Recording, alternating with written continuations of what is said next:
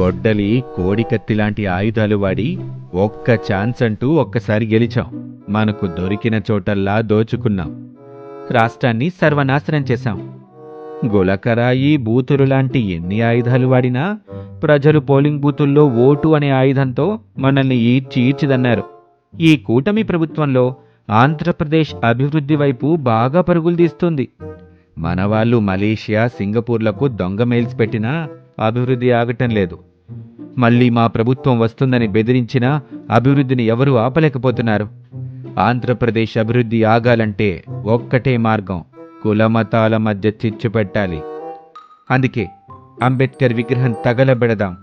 అది కూడా కూటమి ప్రభుత్వం చేసిన కుట్ర అని చెప్పి రాష్ట్రం మొత్తం అల్లకల్లోలం చేద్దాం. కూటమి ప్రభుత్వం ఆంధ్ర రాష్ట్రాన్ని అభివృద్ధి వైపు పరుగులు తీస్తుంది. మీలాంటి విద్రోహక శక్తుల కుట్రల్ని తరిమి కొడుతుంది.